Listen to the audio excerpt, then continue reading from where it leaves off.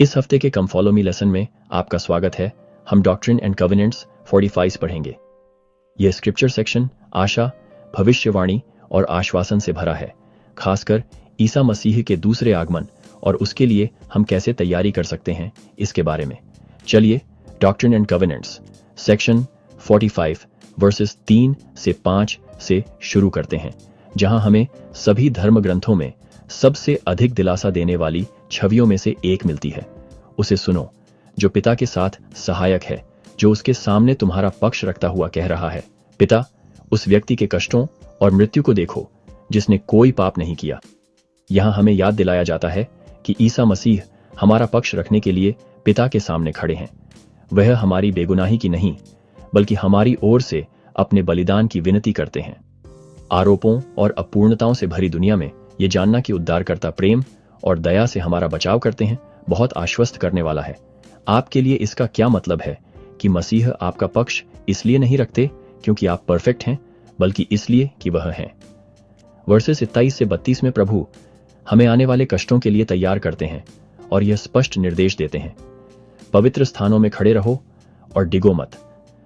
पवित्र स्थान केवल मंदिर ही नहीं है, वे हमारे घर, हमारे दिल, यहां तक कि प्रार्थना का एक शांत क्षण भी हो सकते हैं। आज की दुनिया में हम आध्यात्मिक रूप से कहां और कैसे खड़े होते हैं, यह पहले से कहीं अधिक मायने रखता है। पवित्रता जीवन के तूफानों के खिलाफ एक ढाल बन जाती है। आपके जीवन में पवित्र स्थान कौन से हैं और क्या आप उनमें दृढ़ता से खड़े हैं, चाहे आपके आसपास कुछ भी हो रहा हो। वर्सेस 66 से 71 में प्रभु सियोन को एक शरण स्थली के रूप में बताते हैं और इसे नया यरूशलेम कहा जाएगा, शांति की भूमि, शरण का शहर, परम प्रधान परमेश्वर के संतों के लिए सुरक्षा का स्थान। सिय्योन सिर्फ एक शहर नहीं है, यह दिल और समुदाय की एक स्थिति है। हर बार जब हम अपने घरों को शांति, प्रेम और विश्वास का स्थान बनाते हैं, तो हम सिय्योन का निर्माण करते हैं। डर और संघर्ष से भरी दुनिया में सिय्योन भगवान का जवाब है, पवित्रता का एक अभयारण्य। आप घर पर, अपने वार्ड में या अपने दैनिक रिश्तों में शरण का स्थान बनाने में कैसे मदद कर सकते हैं।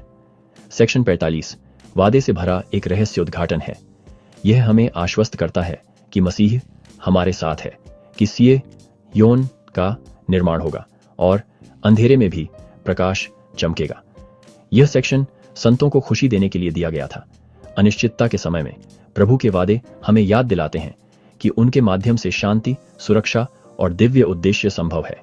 इस हफ्ते अध्ययन करते समय इस बारे में सोचें कि आपके जीवन में उद्धारकर्ता के वादे कैसे पूरे हो रहे हैं, और इससे भी महत्वपूर्ण बात यह है कि आप दूसरों के लिए उनके वादों को पूरा करने में कैसे मदद कर सकते हैं।